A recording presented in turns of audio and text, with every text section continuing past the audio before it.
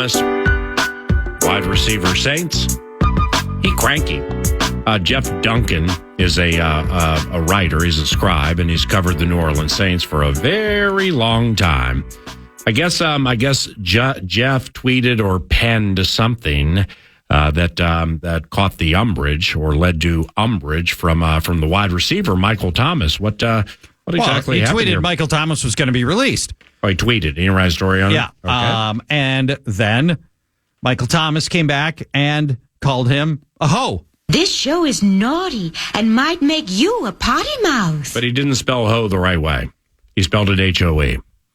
Yeah, I think you're tool. supposed to be. Yeah, I think you're great. just supposed to H-O that, right? I'm a garden tool. So, I was actually going to respond to that with a garden tool joke last night.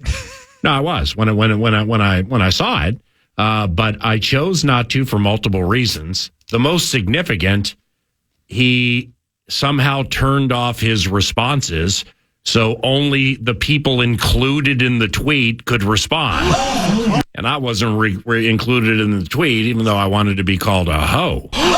So that's from yesterday. Well, it's because you try to sow the seeds of positivity. That's what I'm trying to do. Yeah, you're my kind of hoe. Yeah, I'm digging into the ground to sow the seeds of positivity and love, and I went to do it, and I'm like, hey, this little bubble thing here on the far left, where is it? And he lost his mind on social media too. I mean, the ensuing tweets that go beyond it. I mean, he dedicated a day to it. I didn't read those because at that time, that's when I texted you talking about this dribbling problem that somebody was having, and you wrote back saying you weren't paying attention to said dribble or drivel, and started talking about the Wolves, and I forgot about the hoe. Oh yeah, mumbles. Crazy. Yeah, so I didn't catch that. Here's Michael Thomas's response to Jeff Duncan after Duncan said he's going to be released. Jeff Duncan is a hoe, trying to stay relevant, so let's speak on it. Yeah. The Saints leak information to him to try to ruin players' value. But, see, I'm not broke, so I can speak on it. He's not broke. Right, he is broke, and he needs clicks. I'm sorry. Right, read the whole thing again. I clipped with a laugh, and then that's all right. I clipped on your touchdown call. Go ahead. Jeff Duncan is a hoe, trying to stay relevant, so let's speak on it. The Saints leak information to him to try to ruin player value. But see, I'm not broke, so I can speak on it. He is broke, so he needs clicks. Go look at all his articles that never end up being true. That's a shot across the bow right there by Michael Thomas. Right, but can you be more self-centered?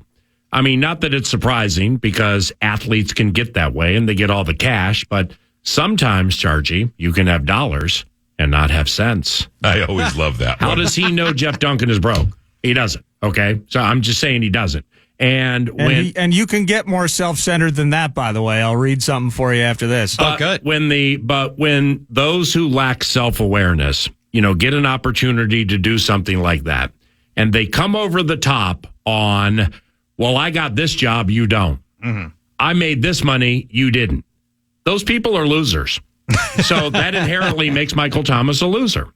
And I mean, when you go right to the I have cash and you don't, right. You're a loser, and you need to look in the mirror and do your very best to think thy, not I in this situation, but you're telling me it worsens? Well, so then you mentioned he turned replies off of a few tweets, and then he tweets out a picture of Jeff Duncan. Oh, geez. Oh, come on. Look at this. Wait, is it under his Michael Thomas's Twitter? Yeah, Can't Guard Mike. Can't guard Mike. Look at this, and then clown emoji. Yeah. Y'all think he no ball. Yeah, right. Y'all really clicking links to what he write, and then a bunch of laughing emojis, hashtag good luck. Oh, he's pear-shaped. And then he paused a bit to think about just his lot in life, and he hit you with this.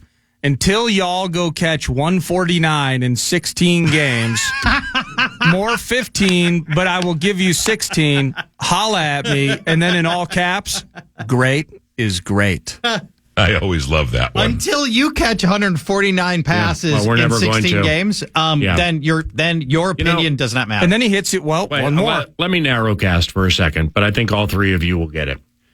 I really wish, now it's not to the Can't Guard Mike or Michael Thomas income level, because clearly income level defines character and defines everything that is righteous and or good about a person. Right? It's your entire status in life. Your entire status in life. Only thing that matters. Thank you very much. Thank you for that piece of sarcasm and playing off my piece of sarcasm, because obviously the Love Covenant does not believe that. Only fools do.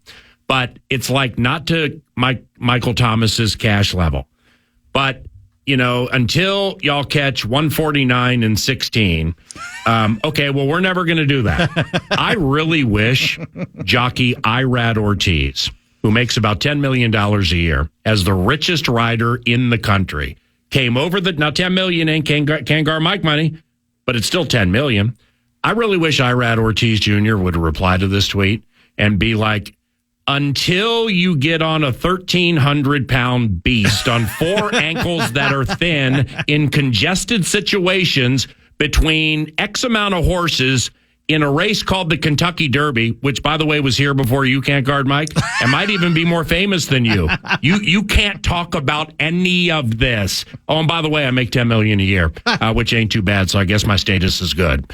I mean, a lot of people listening, maybe like, that's drivel. I don't understand what you're saying. I think you two guys do, because you can skin this cat many, many ways when it comes to cash. How about Elon Musk coming over the top on Mike Thomas? I mean, on his own social media platform, he could just bury him. But then I went a little obscure, because none of us are ever going to be able to get in the boots of a rider and weigh 120 pounds and be diminutive and or fearless enough to ride a horse in a race. Just like we're never going to go for 149 in 16 games. He's stupid. That's just stupid and lacks self-awareness. It's selfish and it's ridiculous the way he's tweeting. Drew played 20-something years, I think, and I'm still the only one to do what we did. Make yo excuse for someone else. I can't guard Mike. Yeah. There's always going to be somebody that makes more, and ultimately, in the end, Jeff Duncan's a hoe. Jeff Duncan. I couldn't have said it better myself, Michael Thomas. But there's always now, unless you're Elon, then nobody actually does make more cash than you do. But he just went completely unhinged. Yeah. Unbelievable. Something wrong with the world when the fearful criticize the fearless for they lack of cowardice. LOL. I don't give a F, though. If you didn't give an F, you wouldn't have tweeted. And you're not the only fearless individual in the world, Michael Thomas. Thus, we are conducting this segment the way we are, calling you actually the coward for not making this elevator music. It's a beat writer, okay? So if you're so insecure that you think a beat writer for a football team is going to influence a general manager as to whether you're in or you're out, that is so delusional. What are you doing March 30th? Got him. Can we? Then the Vikings sign him. And what are you doing? Because now 1,318. Now you got me down the Gulfstream Park rabbit hole. Oh, yeah. Florida Derby. Yeah. March 30th. Best ever. Live show, 9 to noon from Hollywood, Florida. What do you think? Yeah, I'd love it. I would love that. Well, I'm sure Abbott would sign off on it, specifically, and I'm sure iHeart will pay the whole thing. No, let's do this. Let's call the Vikings and see if they want to do any type of Miami Dolphins type combine. Yeah. And then they'll pay for us to go there. And we could do it, and I would love it. And, I know the announcer there, know a lot of people in racing. We could have a bunch of wonderful guests up to the Kentucky Derby. But Abbott currently is in the T-Wolves meat grinder, because Monday, I am attempting to do 9 to noon from the Minnesota Timberwolves team hotel in Southern California, because I'm taking your nephew to Los Angeles on Sunday for Wolves Lakers that night, Wolves Clippers Tuesday night. Perfect. So in between, on the Monday, the legal tampering bit, even though it's vacation terrorism, we thought it'd be cool to do a radio show from the Wolves team hotel. But getting the metaphorical Jay Nelsons and just names people wouldn't know to just help lock this thing down to know that it's going to be done the right way. That's still very much a work in progress. Florida Derby, March 30th. That's Gulfstream Park's the best. As far as I'm concerned, I've been best venue in America for horse racing. Yeah, I've never been to Saratoga. I don't think you've been to Del Mar. I have in California. Okay, I worked there 5 years. It's tough to beat that when you look one way and you see the Pacific Ocean, you look the other way and you see horses coming around the track. But I'm all in on that, even if we got to take some time off and go down there together. Let's do it. Jeff Duncan leans into this you a ho thing, right? What? I mean, the only way to play it is to laugh it off. No, I'm asking. I'm just, how do you handle being called a ho? You stay silent and you just let the other guy cut his throat, which he is very good at doing. Congratulations. Can't guard Mike. How about can't pay attention to Mike? That's me.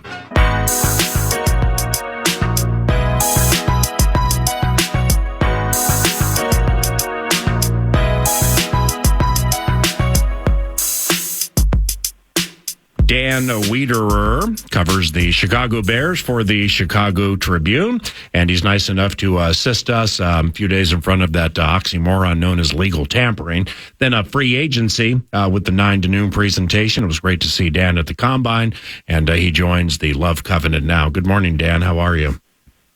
I'm doing good. How are you guys? Pretty well, man. Just wondering if any player has ever called you a hoe.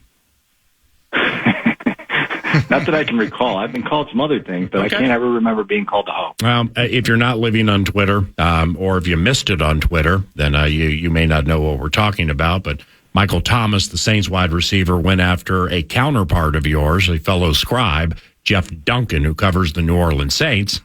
And just with a series of tweets that started with Jeff Duncan's a hoe, and he misspelled hoe. I mean, the way I think he was trying to use it, H-O-E. And we were just kind of wondering if anybody, like on their way out or whatever, had ever called Dan Wiederer a hoe. I can tell you this. Yeah. On Twitter, particularly during the heat of the Caleb Williams versus Justin Fields debate that has been going on for the last 5 months, there are followers of mine on Twitter that have called me some names that I haven't heard in decades.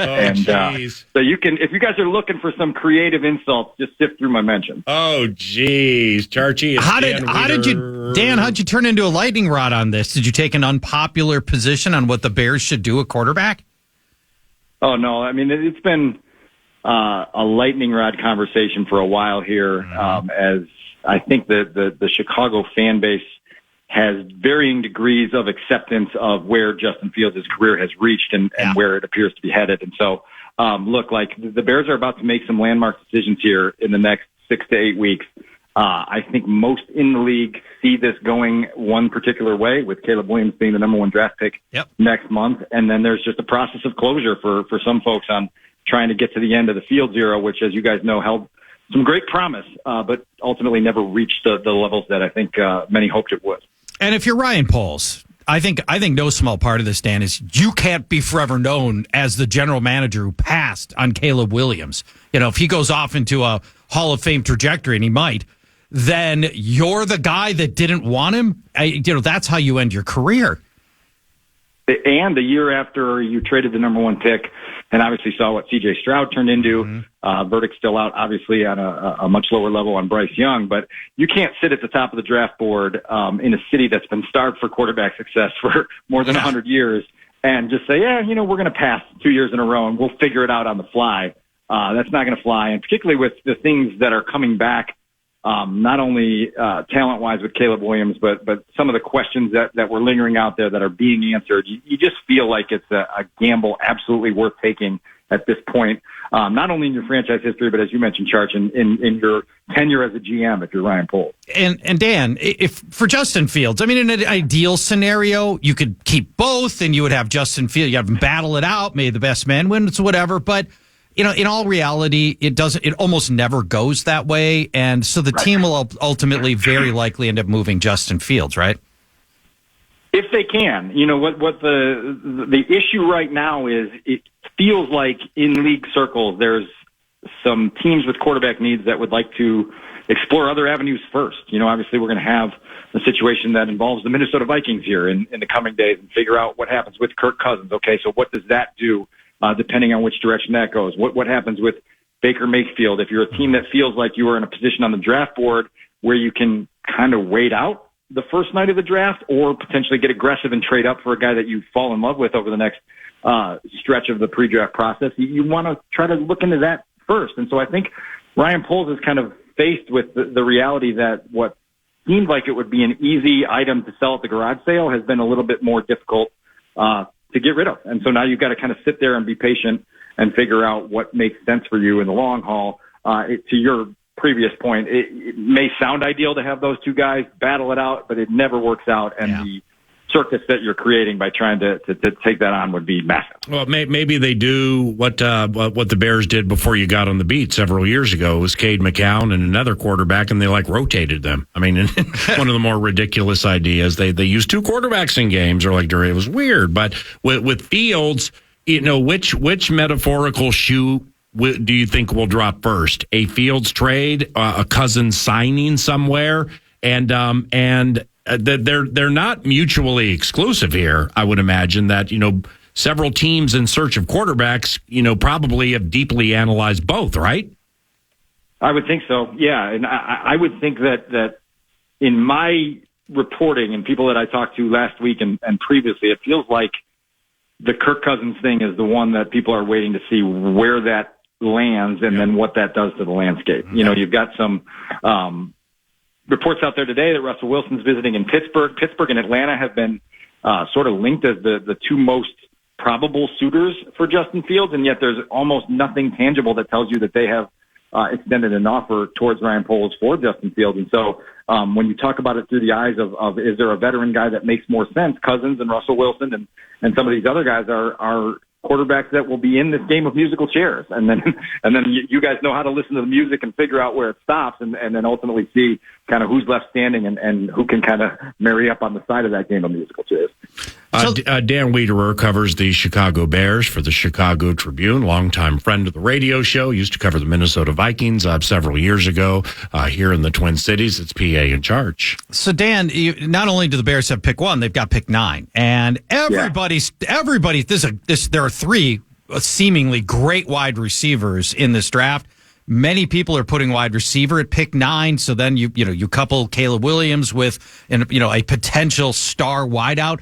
Do you feel like it falls that way, or maybe do they pivot a little bit? They could use offensive line help. Is there another scenario at 9 for the Bears that maybe people aren't talking about?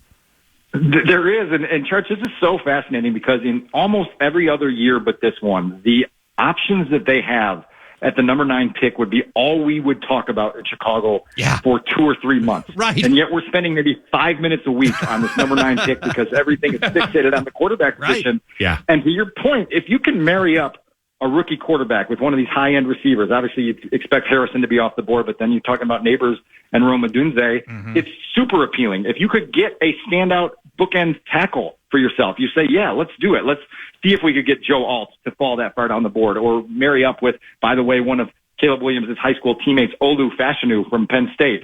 The offensive tackle market is also so deep at that point in the draft board that you might be able to move back from 9, maybe go down to 12, collect some picks, and then take another one of these tackles that if you deem them to be just as good as the guy that would be there at 9. And so that's going to be a fascinating night 1 of the draft storyline that we won't talk enough about leading up to it, but the morning after, we're going to be like, whoa, look what the Bears just did with 1 and 9. Well, the Bears with 1 and 9, and you're like 5 minutes to talk on the 9. The version of that here is 95% Cousins with talk and thought. Oh, by the way, Danielle Hunter's pretty freaking good. And he's coming off the best season of his career because of the position flexibility. Second season, he stood up as an outside linebacker. His run defense never has been better, from what I understand. And the Bears, I said it about a month ago. I'm like, with the money the Bears have and the money the Lions have, now you got Montez Sweat, who gave everything and looked better than any time he played in Washington. So it looks like they hit on one. And to bookend him with Danielle Hunter, or the Lions to bookend Aiden Hutchinson with Hunter because of the cash they have, do you think the Bears would have any interest in Danielle? There's no question there would be interest, and I think they had interest last year as well when we were approaching the trade deadline, and it was like, okay, what else is out there? They ultimately went in the direction of adding Montez Sweat.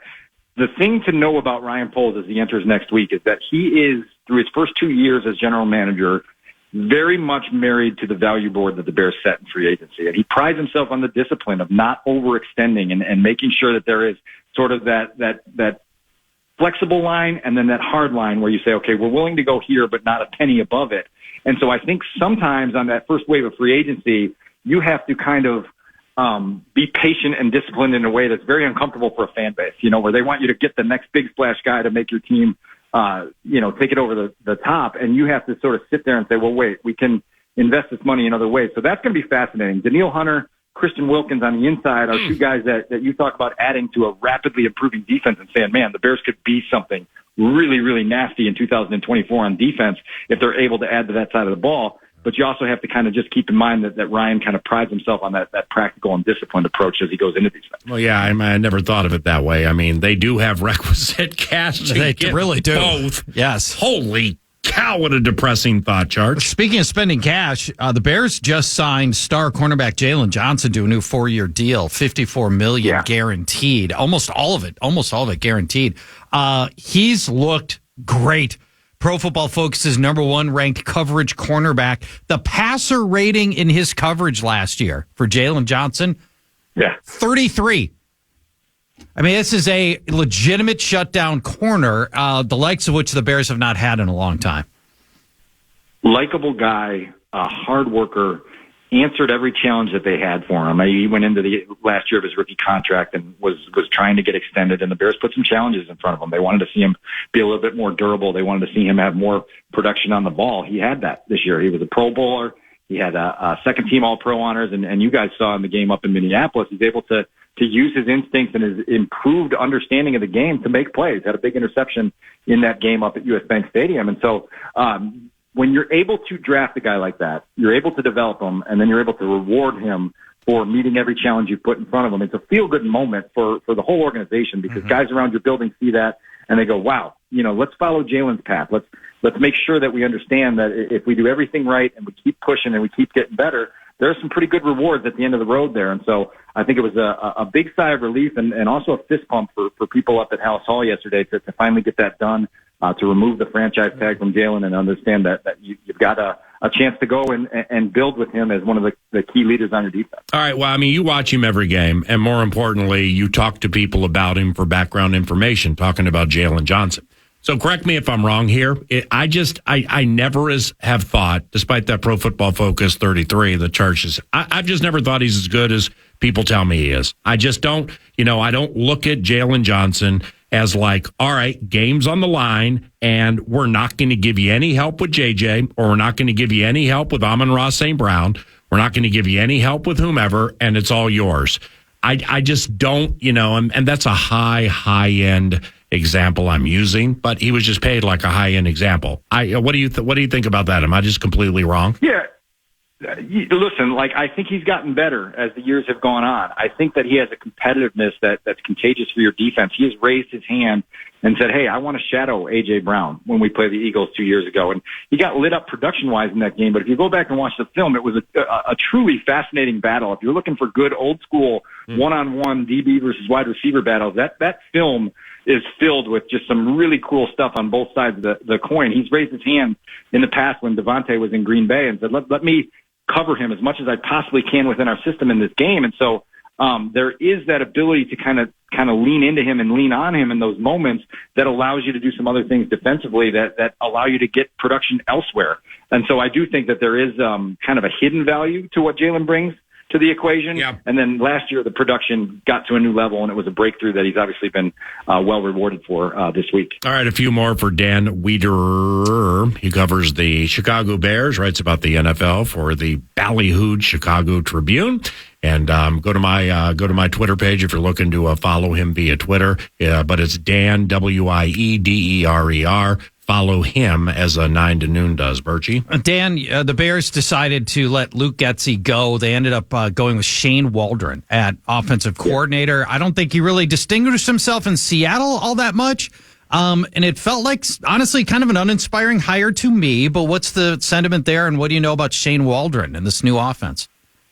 Church, the optimist in Chicago will tell you that Shane Waldron has fingerprints all over Geno Smith's resurgence and his ability to earn Comeback Player of the Year award a couple years ago. The realist that I tend to be in my coverage says, show me more. The Seattle Seahawks offense this past year and most of the major statistical metrics lagged behind the offense that the Chicago Bears had, which led to Luke Getsy being dismissed. I'm a wait-and-see guy. I need to see and hear what Shane Waldron's plan is for developing a young quarterback in the event that they do as we expect and pivot and choose Caleb Williams at number 1 overall. They brought Thomas Brown in to be their passing game coordinator as well. He's going to be part of this equation. You have to tell me and sell me and show me the ways that you have planned out for months what you're going to do when you get this young quarterback in the building and how you are going to help him in ways his predecessors in this role haven't been helped. Mitch Trubisky had to reboot after his first season when they fired the head coach and brought in a new offense. Justin Fields had to reboot after his first season when they fired the head coach and had to force them to learn a new offense. You don't want history to repeat itself in that regard, and that all falls on the shoulder of Shane Waldron, obviously with Matt Eberflus as the overseer of that. I think you're right to take a wait-and-see approach and to want results before you say, yep, this is the answer. This is absolutely the guy that's going to solve the 105-year quarterback riddle that Chicago has been trying to solve. And Dan, last one here. Thanks for the time, man, and have a good weekend. But with Justin Fields, it's I'm not a 0 or 100% guy, okay? So I'm not a best or worst ever. I just don't operate that way. So I'm not going to say a 0 on Fields being traded to the Vikings. But I think it's close. I just don't see them trading for Justin Fields, reconfiguring their offense, which is a good passing offense. And Justin, for somebody who didn't have a swivel, he may have found a swivel, but it might not be the right swivel. So I talked to somebody earlier this week about Justin off the field, and basically the individual put it to me like this. Think Teddy Bridgewater in the Vikings locker room and as a person and multiply it by 2. That's just the teammate Justin is. That's the person Justin is. Just a wonderful, wonderful guy off the field. That's great. When it comes to on the field and heated moments, like intense moments, close games, right down to the wire, my heart just doesn't trust him. Am I wrong, do you think? PA, I'll give you some numbers that back up what you're saying here. Justin's career fourth quarter passer rating is 64.4. It was 53.4 this past season, and he was 39th in that category among the 40 quarterbacks in the league that threw at least 50 fourth quarter passes. Yikes, right? He was consistent in struggling in those game on the line moments. The only time he beat the Vikings was at US Bank Stadium this past year in a game where the Bears didn't score a touchdown and he lost 2 fumbles in the fourth quarter. There are reasons not to trust Justin in the clutch, despite how good of a dude he is and how galvanizing he can be in that locker room and how strong he is in the face of criticism. You have to have proven production in game-on-the-line moments, and it's been woeful for him during his 38 starts as a Bear. He's averaged 174 passing yards over 3 seasons per game. Wow. It's just not enough. And when you talk about trying to marry that up with a system like KOC runs up there that is very similar to the things that Luke was trying to do here, just doesn't feel like a fit in any way, shape, or form. And so I can understand why a portion of the fan base up there might get magnetized to the YouTube highlight reel and feel like, man, this is something here. But the body of work over 3 years, 38 starts, it's just not there in a way where you say, yeah, we want to push our chips in and make him the guy that is the engine of our next championship run. Box. Great job with the segment. You're a wonderful, wonderful writer. And thank you for the time. Have a good weekend, okay? You guys are great. Have a good weekend. Bye, Dan. Dan Wiederer covers the Chicago Bears for the Chicago Tribune on Justin Fields and some other some other scenarios involving free agency, with free agency fodder coming up around the corner. But we're into the second half of the radio show, and I can't believe, because of Anthony Edwards' block in his 48-inch vertical, and then some of the things we've been chatting about with football and stuff like that I haven't made sure that you are bracing for Monday and the potential of decision day for the immediate future of Minnesota Vikings football and Kirk Cousins. I mean, do you think they come over the top late and bring back Kirk O'Chains? When I say over the top, it's like, I mean, it's just my history with the league, or just memory, would indicate if you let them venture out to see the proverbial greener pastures, 7.5 out of 10 times they don't come back. Yep. Bessie ain't coming back. Bessie's going to go to where the grass is metaphorically greener. So I think it's higher too. I'm being light here with the 75%. Are you bracing for this Monday? It's going to be a hard day for me. Are you going to be okay? No. Well, you leave on a camping trip today. I do. Well, how are you gonna follow it at a rest stop in the middle of Moab, Utah? If you see me on Monday walking around Moab, as I'm going to be the guy with the phone, holding the phone up, trying to find that little sliver of cell service so I can find out what's happening with Kirk on Monday. Yep. It's going to be hard. I think it's going to play out just like I had feared back when we were talking about this in December and January. Yeah. All these quarterback needy teams are going to want Kirk. Many of them will. There will be a bidding war to get Kirk. Mm-hmm. He's going to be highly compensated. And this fan base is so totally out of touch on how much money they think he's going to get. I continue. Yesterday, when Kirk came up on my Twitter timeline, people are still mediocre quarterback, $30 million is about right. If anything more than 30, you got to let him walk. Can't make that kind of commitment. This guy's going to get near $50 million a year in all probability from a team like the Falcons, or maybe it's the Broncos, or maybe it's the Raiders, or maybe it's the Steelers. Do you think he gets a third year guaranteed?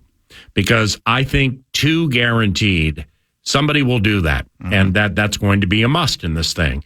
3 guaranteed, I mean, it's somebody might do that, depending on how, I don't think they will, but what do you think? I wouldn't be surprised if he gets that. I don't think he's not so old. It's pretty easy based on the way he was playing. Kirk was playing.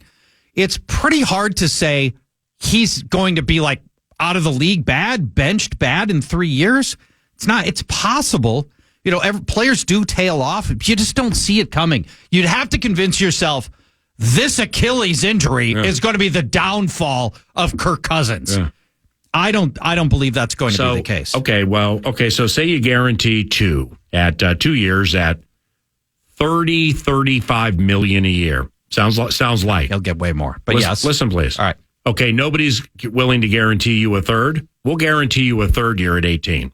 Okay? So now add the whole thing up, and it's close to what I think it's going to be, maybe 20. So you get that third year guaranteed, but at not a fraction, but say, I don't know, 40 whatever % of what the first 2 years were. Well, would you really be asking Kirk to play quarterback in 3 years on an $18 million deal when his worth at that time might be $40 or $50 million a year? At 40? At age 40? At age 40, maybe. I mean, he'd be antithetical to the way deals have gone for 40-year-olds over the history of the NFL. So if I'm Kirk, I think if I'm Kirk, then I want whomever is willing to give the third year. Right. And whatever you're willing to give, let's start talking about that. But wouldn't you rather get a 2-year deal at 45 than a 3-year deal at 35, and 18? Yeah. And just get me more money up front. I only have to play 2 years. But if you get that third and you believe in yourself and your abilities and you stay healthy like he has pretty much all of his career and you go lights out, well, now you're starting the renegotiation from 18 or 20. You know what I'm saying? So you're not coming from zero or cut or free agency or whatever. You already got this. Hey, let's reconfigure this to help you around here and stretch it out another year or 2. Okay, but the other side of that is if Kirk is playing really well through these 2 years on his guaranteed deal, he hits free agency again, and he can, if he's playing well, he could go get a whole new 2-year deal. What a conundrum. I mean, it's such a conundrum because it's hard to look at the rookie quarterbacks that I or we love and where they'd be taken and stuff like that. What's next with Dalton Reisner, as we chatted about earlier? Patrick Peterson just got cut by the Steelers. Patrick, I think, is going to segue to safety at this stage of his career. It's just difficult to talk about a lot of different things until the first shoe drops. Let me ask you this about Kirk. Let's just take money off the table for a minute. Let's just take, money means nothing.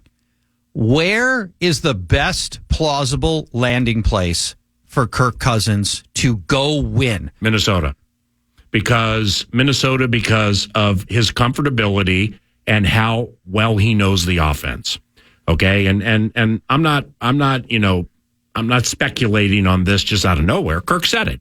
It's like everywhere I've gone, there's been a different coordinator every single year. All right. True. Well, KOC, 2 consecutive years and a year and a half basically for him, about the best year and a half he's had in his career. At least statistically, they won 13 games, going lights out last year. He's tearing up Shanny on Monday Night Football. So let's get into that more either next segment or later. It's a very, very fascinating question, and maybe it's part of free agency fodder, but that's what's next. 9 to 12. All right, 10:49 in the neighborhood. The neighborhood being adjacent to Erotic City in the Twin Cities of Minnesota, the Cornfields, FM 100.3 KFAN. The radio show is the Friday Football Feast. PA in charge, Paul Allen and Paul Charchian. Eric Nordquist is the producer. The Minnesota Timberwolves play this evening against the Cleveland Cavaliers. The Big Ten hockey tournament begins at Mariucci. Good luck, Bob Motzko and the rest of the Gophers. They host Pennsylvania State University, hoping to go bang bang, win Friday and Saturday, then move on to the next round. The state high school hockey tournament is very much in play right now. Likewise for free agency in the National Football League, which unofficially begins Monday with the oxymoron known as legal tampering, and with some free agency fodder. Here's the con. Yeah, I saw this, gentleman. According to a new report from the New York Post's Ryan Dunleavy, the interest is mutual between Saquon Barkley and the Philadelphia Eagles. Now, the idea of jumping from the Giants to the Eagles, we now check in with former Giants running back Tiki Barber via WFAN. The fact that Saquon would even contemplate going to play for that team in Philadelphia is insulting to his Giant history and legacy. Saquon very well not be a New York Giant. I know that Joe Shane is having conversations, but it just doesn't feel like it's going to work out. Go to Baltimore. Go to Houston. Go to LA Chargers. Do not go to the Philadelphia Eagles, because if you do, that appreciation and respect and reverence that we all have for you, Saquon, will be lost. So that's oh no, that's no, not Tiki that. on WFAN. Not those 4 years. No, a radio guy. It's not exactly a legacy. A radio guy I'm never going to meet doesn't respect me or like me. Oh no, not that. Well, Tiki and the Barber. fumbles, Tiki and it's Tiki Barber. So, it's not just random radio guy. Yeah, I got you. But all the same.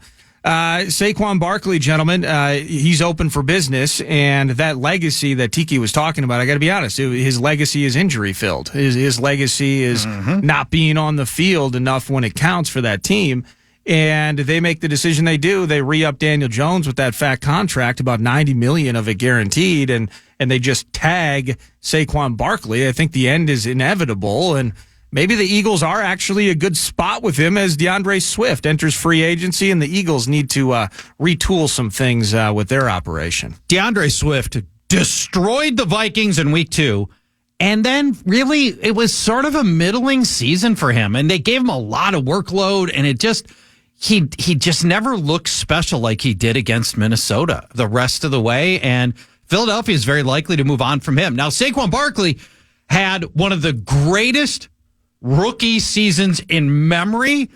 It just the elusiveness, the balance, the burst, all the passes he caught. And then it just like every year got a little bit worse for Saquon Barkley as he labored under the injuries, the ACL, and all the knee problems, the ankle problems, the ankle sprains. It just sort of chiseled away at the things that made Barkley special, and he never looked as good again. But would he make sense to the Philadelphia offense? Yes. They do tend to like to have a long history of rotating backs. He could be a specialist who you wouldn't have to make Saquon Barkley 30 touches a game guy. He doesn't need to be Derrick Henry. He could be catch 5 passes, run the ball 10 times, 12 times, work in a little Gainwell. Ooh. And I like Barkley when he doesn't have to carry an offense like he did last year, particularly with Daniel Jones out. Well, let's all right. Wow. I mean, just bountiful, rich, meaty, thick talkers off that, because now you got me thinking with where the Giants pick. Okay, last year this time we were wondering, at least I was wondering, why do you franchise Dimes or Saquon and give Dimes the big deal? I thought it was going to be the other way, but that's okay. It doesn't, what do I know? So now we've played a year, and Saquon is not franchised again, and Dimes is still of the nickel variety. So with where they pick, is that a sneaky quarterback snipe spot. It is. Even if they got dimes under that ridiculous deal. And secondly, if what's the Eagles head coach now? I'm tripping. Sirianni. I was thinking Steichen. If Sirianni, keeps going to tripping and bringing in all these nice players, and he got close one year and almost got fired last year, so it's a big year for him. Mm-hmm. Okay, so what about DeAndre Swift? So with DeAndre Swift, who I believe is a free agent, yes, is that somebody that potentially would interest you here? Think about it. Ooh. Maybe.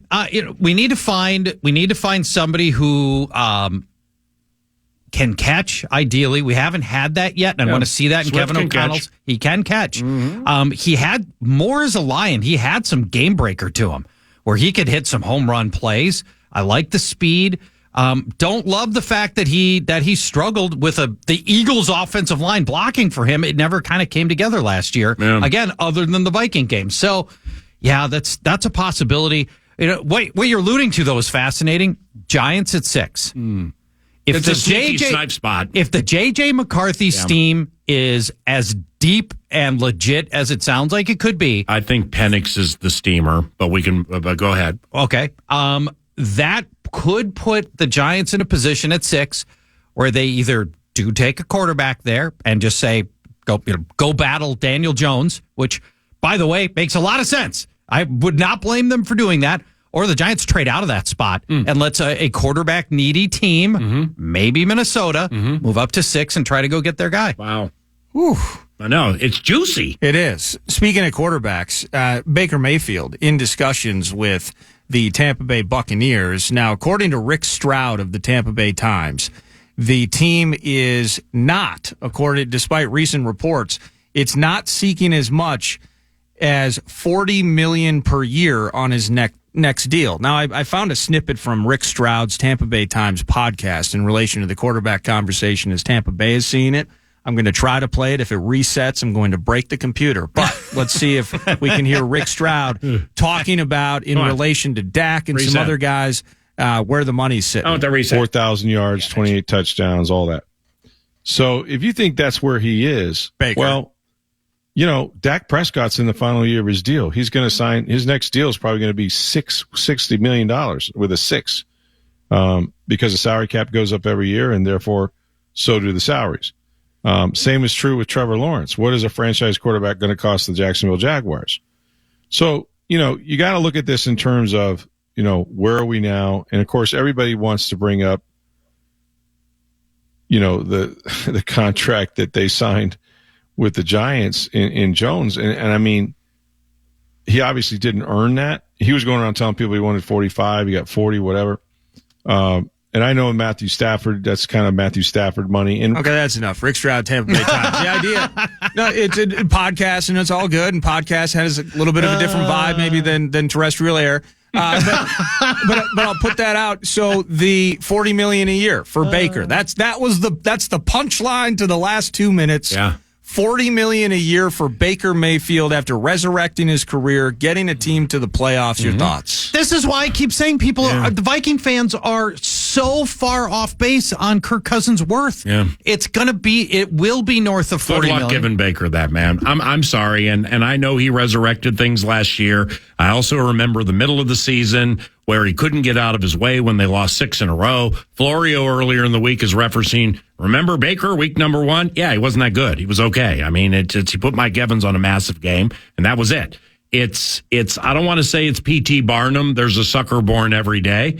But if we're looking at $40 million a year on average for Baker Mayfield, good luck with that, man. Just good luck. Well, this is what quarterback needy teams do. Right. When you don't have a solution, you make bad decisions like the Giants did with Daniel Jones, and now the Bucs probably will with Baker Mayfield as well. We have secured the services of a man named Thor. And what's significant about Thor? Well, he absolutely is guiding the J.J. McCarthy bandwagon through potholes, moguls, and just everything. And he also follows football very closely. We'll chat with him.